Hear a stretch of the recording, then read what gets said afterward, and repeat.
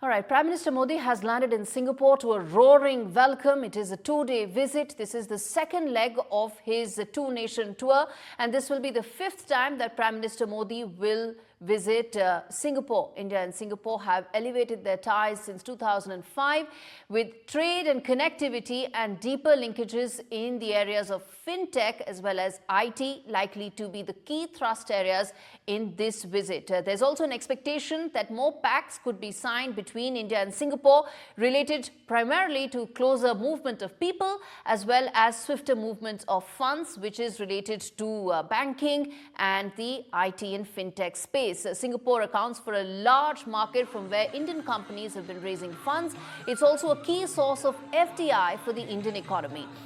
Equally important, Singapore is the gateway for India to connect more with the entire ASEAN region. Remember, India has chosen to stay out of RCEP, and which is why it needs to build on creating more avenues to ensure it has deeper engagement and connectivity with the entire ASEAN region. First up, take a look at this report that highlights the significance of this visit, why it matters, and then we come back and talk more on that. After 6 years, Prime Minister Narendra Modi is visiting Singapore at the invitation of his Singaporean counterpart, Lawrence Wong. Prime Minister is visiting Singapore after nearly 6 years. In fact, his last visit to Singapore was in his first term as Prime Minister, and an early visit during his third term is something that is particularly welcomed by the Singaporean side. And also, this is at the time when a new leader in Singapore, in His Excellency Prime Minister Lawrence Wong, has just taken over. And this is an opportune time to set the stage for the next stage of our vibrant bilateral relationship. The visit comes a week after the second round of India-Singapore Ministerial Roundtable held in Singapore. The Indian delegation included Finance Minister Nirmala Sitharaman, Foreign Minister Dr. S. Jaishankar, Commerce Minister Mr. Piyush Goyal, and Information and Broadcasting Minister Ashwini Vaishnav. The meet reviewed progress of key bilateral issues and identified advanced manufacturing and connectivity as thrust areas. As India's sixth largest trade partner and largest source of FDI, PM's visit is expected to push the pedal on bilateral trade.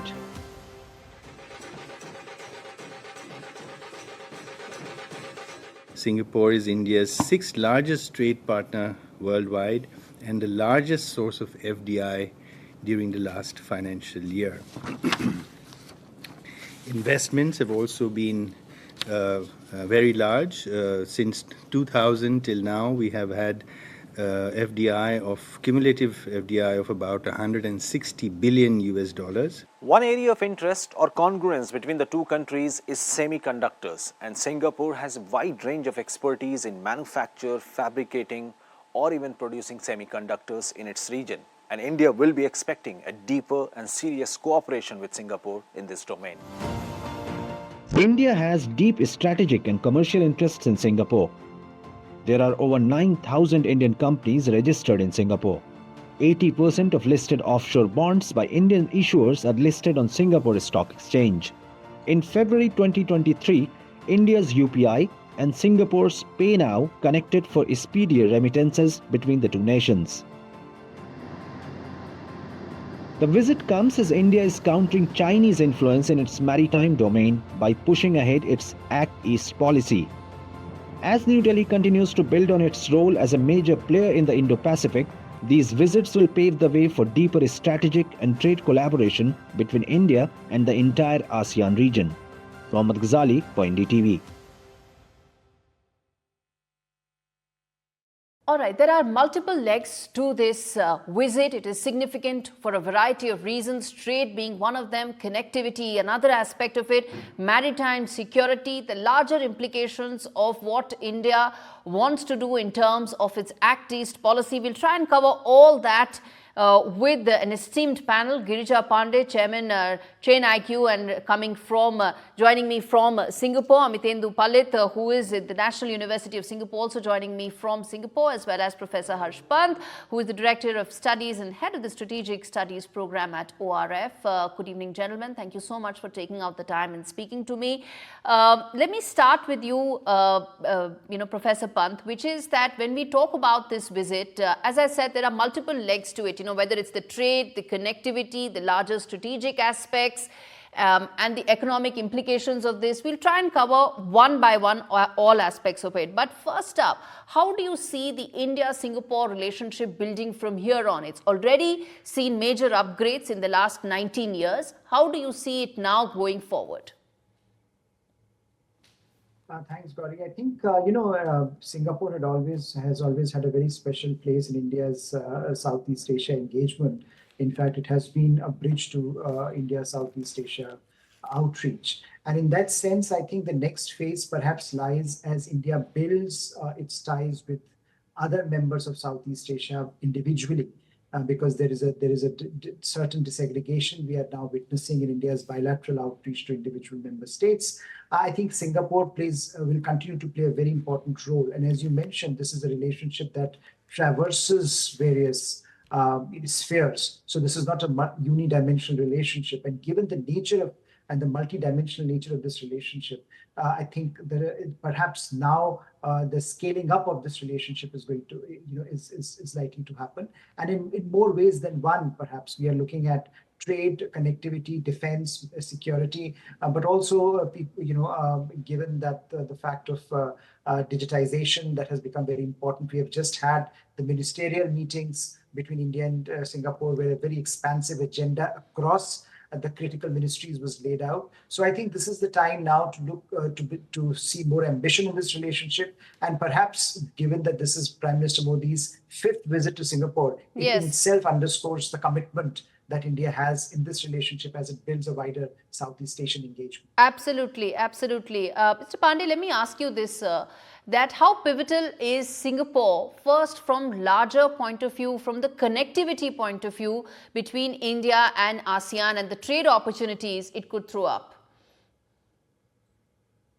As you mentioned, we've already had 19 years of a very fruitful commercial exchange with Singapore, especially after the signing of the SICA, which was the free trade agreement between India's first free trade agreement with Singapore. And that has really shown promise. Now, after that, there have been Indian companies who've been based in Singapore, who are growing in the region using ASEAN. It's a springboard for ASEAN and the wider Asia Pacific.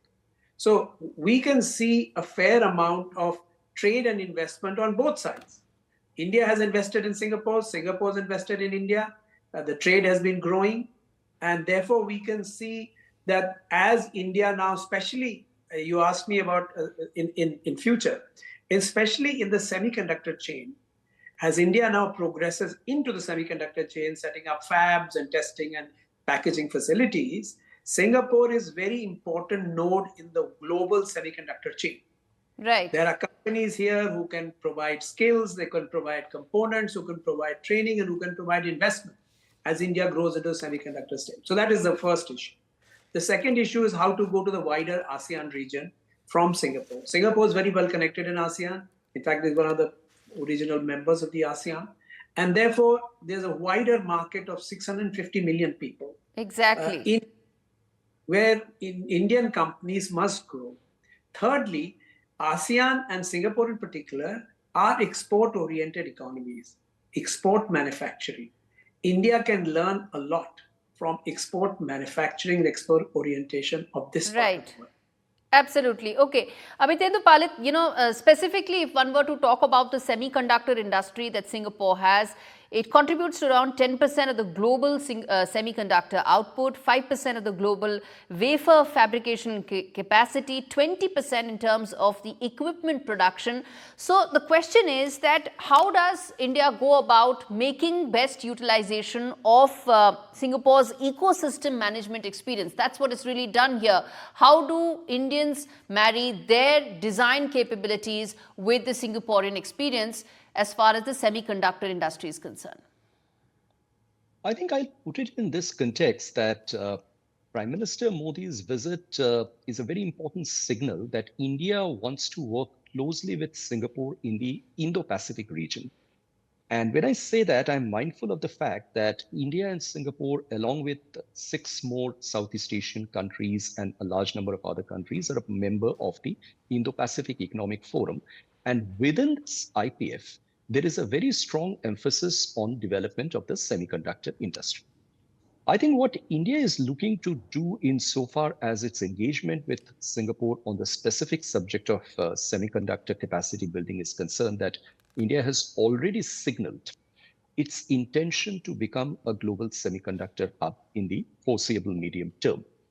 There are significant investments that are happening in India from domestic investors as well as foreign investors in building important capacities. But perhaps the fact to be noted over here is that semiconductor industry is a production process where no country on its own in the world can actually claim to be having the entire supply chain located within itself. It has to rely on other parts of the world for sourcing specific comparative advantages. And to that extent, India is clearly keen on working as effectively and closely as it can with its Indo-Pacific partners. These are countries like Korea, Japan, the United States, Malaysia, Vietnam, and obviously in that entire group of countries, Singapore is an extremely important partner. So what we can look to see is that India's advantages at the one end of the upstream and one end of the downstream needs to be balanced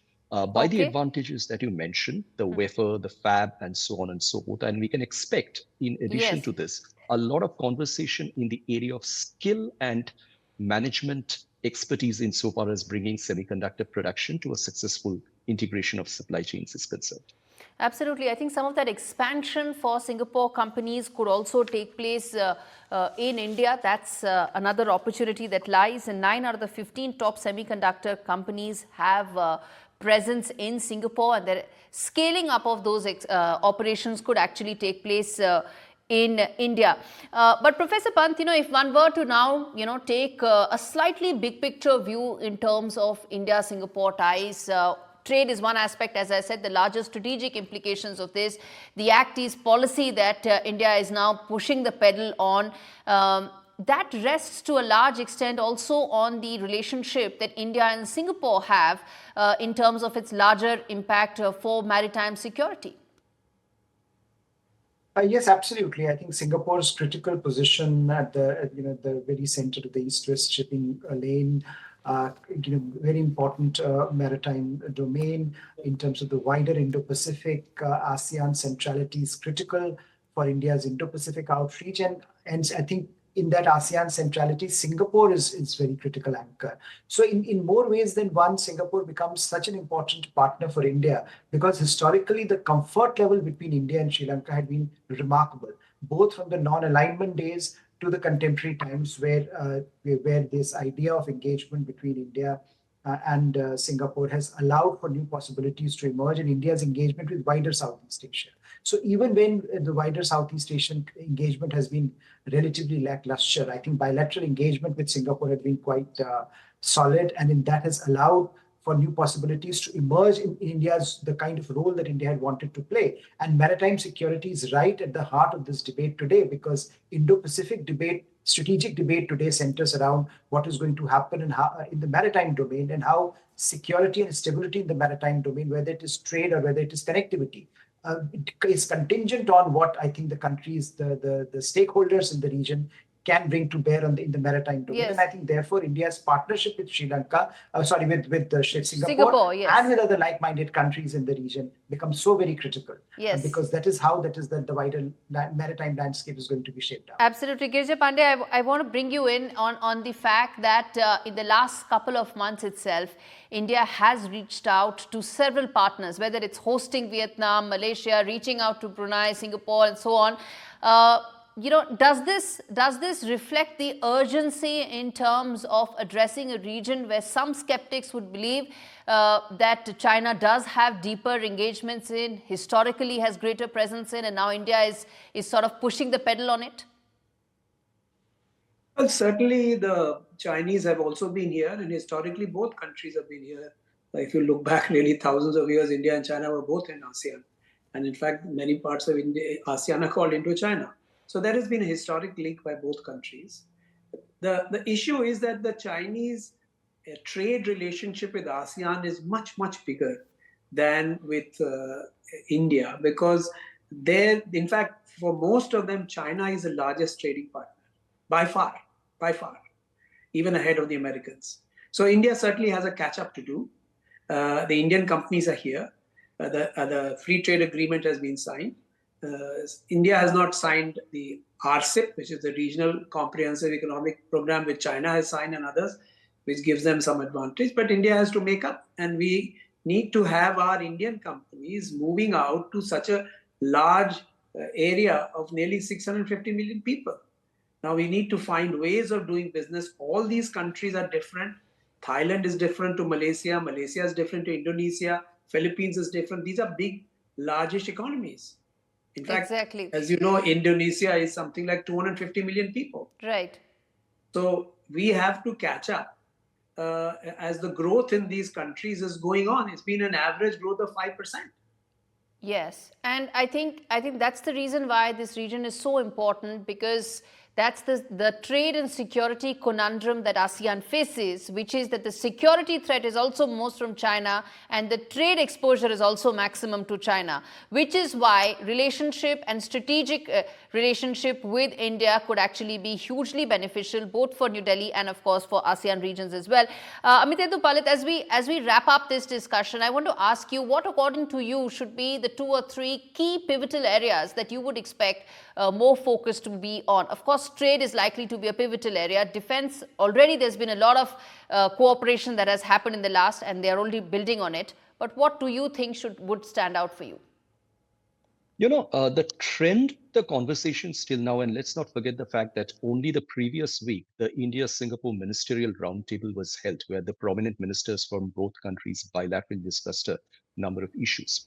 I think there are 2 areas, in addition to the ones that we have already discussed, which are essentially going to be part of a defining package of sectors across which India and Singapore would be collaborating. The first of this, I can broadly say, sustainability, clean economy, and the green economy, where a lot of engagement has been happening between the 2 countries. And that is a sector where both countries would learn to work from each other and work with each other insofar as taking forward their mutual agendas are concerned.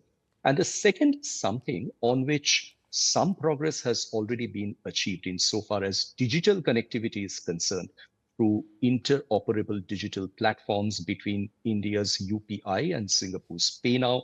And one can expect some more progress, some more expansion, some more widening of this digital connectivity during the time that Mr. Modi is here. Absolutely. I expect that as well, sir. Whether it is about the GIFT City, whether it is about ONDC, I expect a lot more cooperation on these specific areas. As I said, I wrap up with what I started with, which is movement of people, movement of funds. Both of them are likely to find a lot of focus in Prime Minister Modi's 5th visit to Singapore. Appreciate, gentlemen, for taking out the time and speaking to me on India Global. And